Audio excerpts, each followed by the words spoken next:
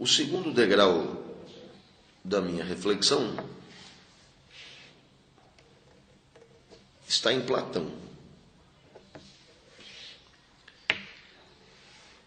E ele está em Platão num momento da obra de Platão muito conhecido.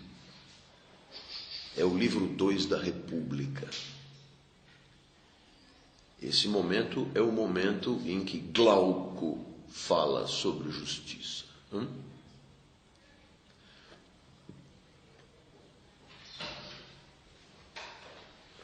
Consta que Glauco é irmão de Platão.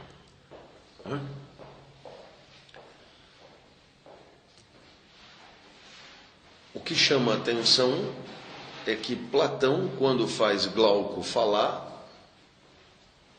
coloca na boca de Glauco teses que ele detesta. Não é?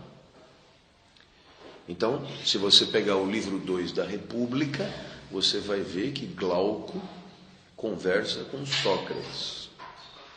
E, de certa maneira, Glauco substitui Trasímaco na discussão.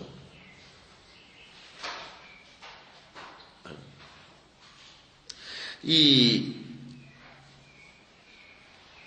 nesse livro 2, você encontra um argumento muito conhecido de Glauco, que é conhecido como o do Anel de Giges. Anel de Giges. Então, o que é que Glauco nos conta? Giges era uma espécie de pastor. E Giges,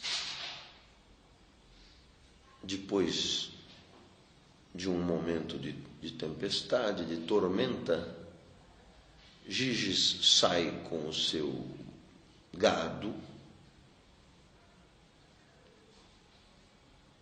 Eu imagino que fosse ovelhas, né? E ele se depara com uma fenda aberta pelas águas. Aí ele se mete lá embaixo e ele se depara com um cadáver. Esse cadáver já está em estado de decomposição avançada. E a única coisa que ele conserva é um anel. Então Giges, mais do que depressa, toma posse do anel. Dias depois, Giges comparece a uma convenção de pastores que, na presença do rei, ia comentar como é que estavam os negócios. Uma espécie de HSM, Expo Management da época.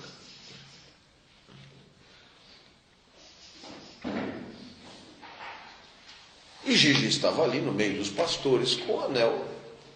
E num momento, inadvertidamente, Giges vira o anel assim. E a parte do anel, não sei como se chama, a gema, né? Parte do anel, que não é a argola. Ele vira para dentro e aperta assim. E o que ele constata? Ele constata que as pessoas que estavam à volta dele começam a procurar por ele, como se ele não estivesse ali. Aí ele acha aquilo muito estranho. Aí ele vira o anel de novo e as pessoas dizem: pô, você está aí, onde você foi? Aí Giges acha isso mais estranho, vira o anel e aperta. Pô, o cara sumiu de novo. Ele então percebeu que aquele anel permitia a ele, Giges, tornar-se invisível.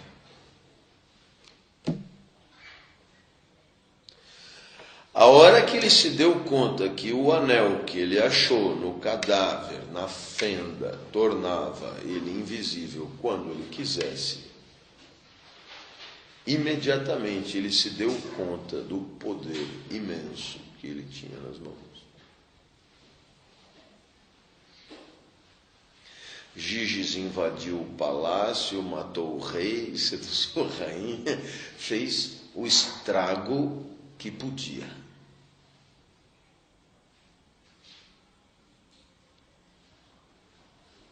A proposta de Glauco é que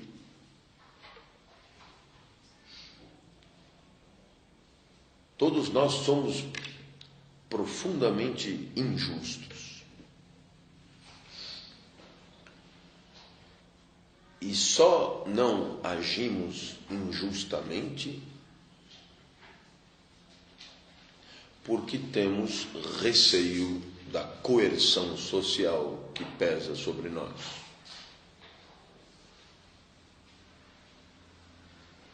Porque se tivermos certeza da impunidade,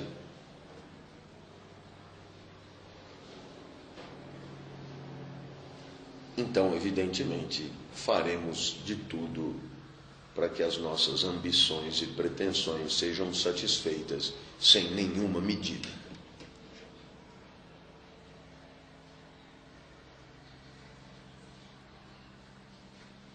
Eu acho que você entendeu que na proposta de Glauco, a justiça tem dois componentes imbricados entre si. Do lado da sociedade, a sua perspectiva coercitiva.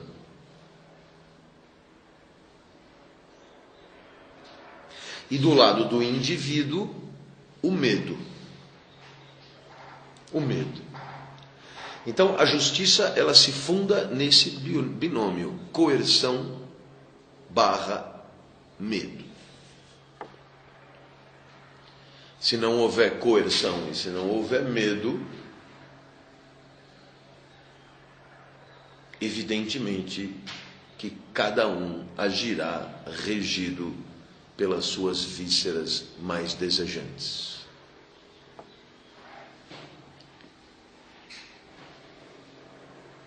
Ora, eu queria deixar claro que essa reflexão do anel de Giges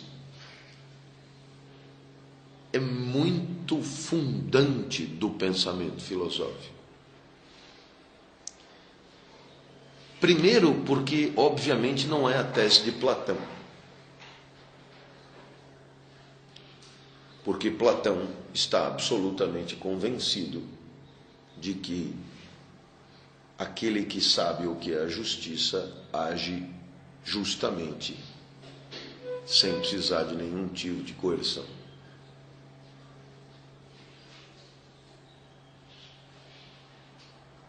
Platão também está convencido de que se houver alguma justiça, ela nada tem a ver com a coerção. Pelo contrário.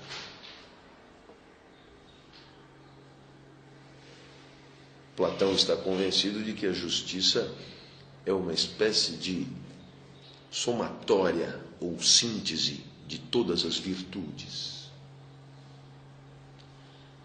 E, portanto, obviamente, nada terá a ver com o medo. Platão está convencido que o indivíduo justo age justamente porque sabe o que é a justiça. E saber o que é a justiça significa estar regido pela razão, pela parte superior da alma. E quem é regido pela parte superior da alma, obviamente não é regido pelo medo, que é um afeto típico da parte inferior da alma, do baixo ventre das sensações. Então, eu espero que você tenha percebido que o relato do anel de Giges proposto por Glauco levanta na obra de Platão uma tese sobre justiça completamente hostil ao platonismo.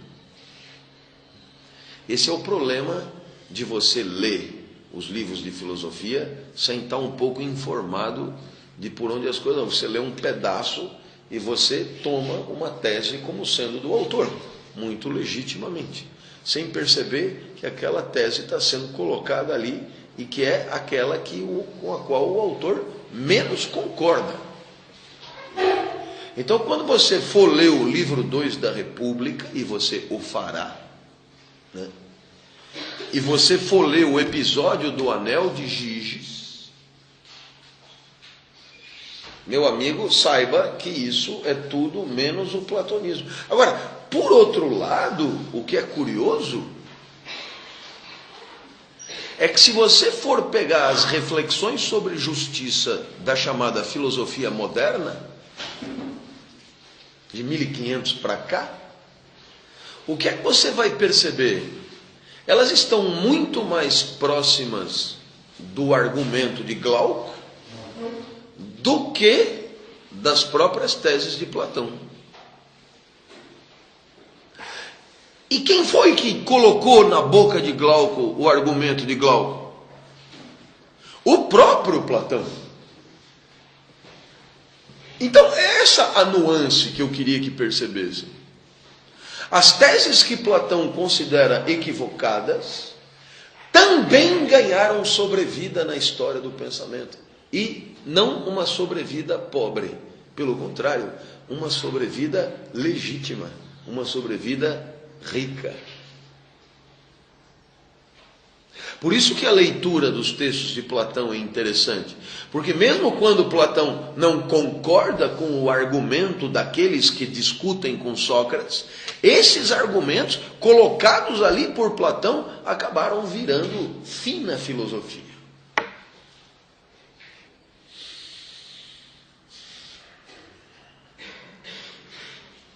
Então a história do Anel de Giges, do livro 2 da República, é o segundo degrau da reflexão de hoje.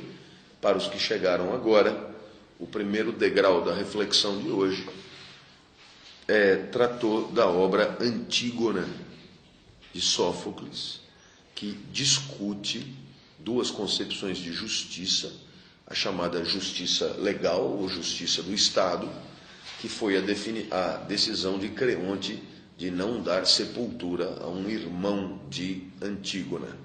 E a outra concepção de justiça é o entendimento do que é justo de Antígona, né, tratado como justiça divina, e que deu ao irmão de Antígona a sepultura. Antígona sepultou o irmão contra a vontade do seu tio Creonte e foi enterrada viva. Essa é a história. Peço que se debrucem sobre ela.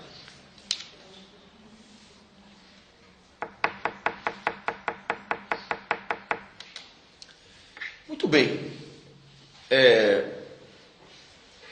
Ainda dentro dessa perspectiva,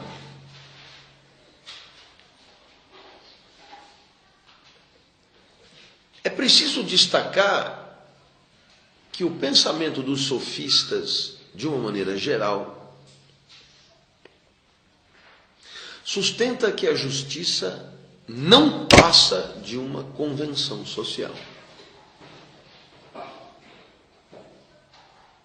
Eu não sei se você percebeu, mas Glauco é porta-voz dessa tese.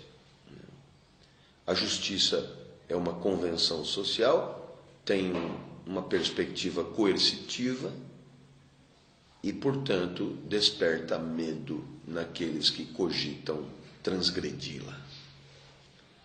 A justiça, portanto, é um conjunto de disposições sobre o justo que nós decidimos no mundo. Isso quer dizer que, se fosse outra sociedade, essas disposições poderiam ser outras e, portanto, a justiça seria outra. A justiça é simplesmente uma convenção.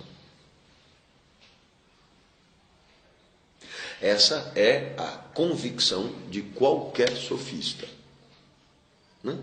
Eu poderia citar os dois mais importantes sofistas para você não ficar na mão, que são Protágoras e Górgias. Quem eram mesmo os sofistas? Aqueles que educavam a elite grega para a retórica, para a argumentação e para a persuasão na praça pública. Eram os educadores da época, os sofistas. E eles eram detestados por Sócrates e por Platão.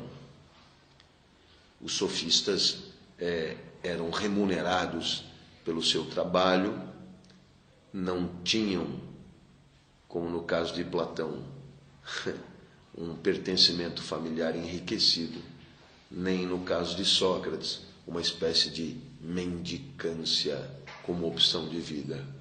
Sofistas eram, na verdade, professores de um lado e lobistas do outro lado.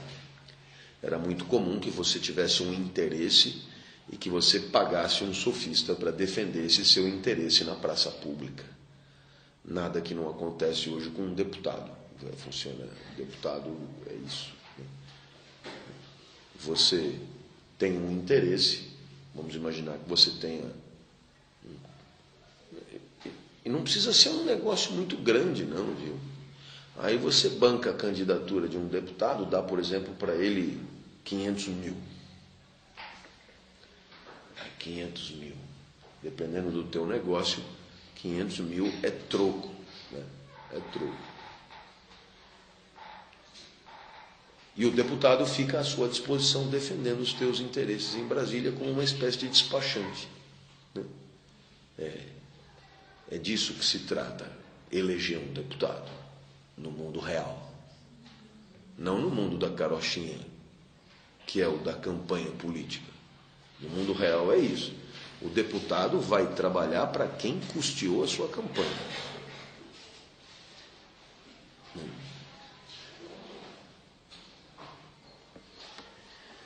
Então o sofista fazia esse trabalho, porque as decisões eram tomadas pelos cidadãos na ágora, e se você fosse gago, meio tímido, a chance que você tinha de fazer triunfar o teu interesse na ágora era zero. Então você chegava para um cara desse, um monstro da retórica, não é? Consta que esses dois caras, Protágoras e Górgias, eles não perdiam uma. O jeito começava a falar. E ele, as pessoas já iam para a ágora para assistir Protágoras e Górgias falarem. Era uma espécie de espetáculo vê-los falar. Então é normal que o insignificante Sócrates, feio, meio monstruoso, meio acanhado, né? E Platão, que também não tinha esse talento, é normal que eles não gostassem dos sofistas, porque os sofistas eram super famosos, eram badalados, eram poderosos, e Sócrates era um indigente, e Platão, uma espécie de ressentido, que se isolou no meio do mato, com meia dúzia de menininhos, para dizer a eles o que é a verdade. Na perspectiva dos sofistas não existe a verdade, existe o bom argumento. Então, é por isso que eu costumo dizer que o que os sofistas pensavam está muito mais próximo da filosofia de hoje do que Platão pensava. Okay? De certa maneira, para quem é profissional de relações públicas, é muito mais útil conhecer o sofista do que conhecer Platão. O que diria Platão para você? A verdade é uma só, a verdade é essa, a verdade é aquilo. E você tem que trabalhar com maneiras e maneiras de dizer a mesma coisa, né? Você tem que arredondar o que é pontiagudo, entendeu? Você tem que dar um acabamento. E é claro, você é um sofista do mundo capitalista. Bom, enfim, e nós professores também, é evidente.